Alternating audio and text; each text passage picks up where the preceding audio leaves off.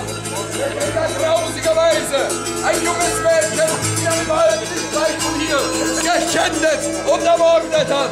So soll er habhaft geworden, so soll er am Halse aufgehängt werden, bis dass der Tod eintritt.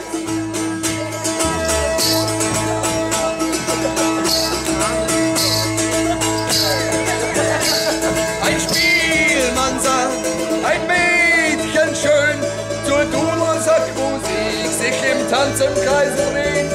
Sie wiegte sich zu seiner schönsten Melodie. Der Spielmann legte sich in Zeit wie nie. Und wo ist diese Feind, diese wunderschöne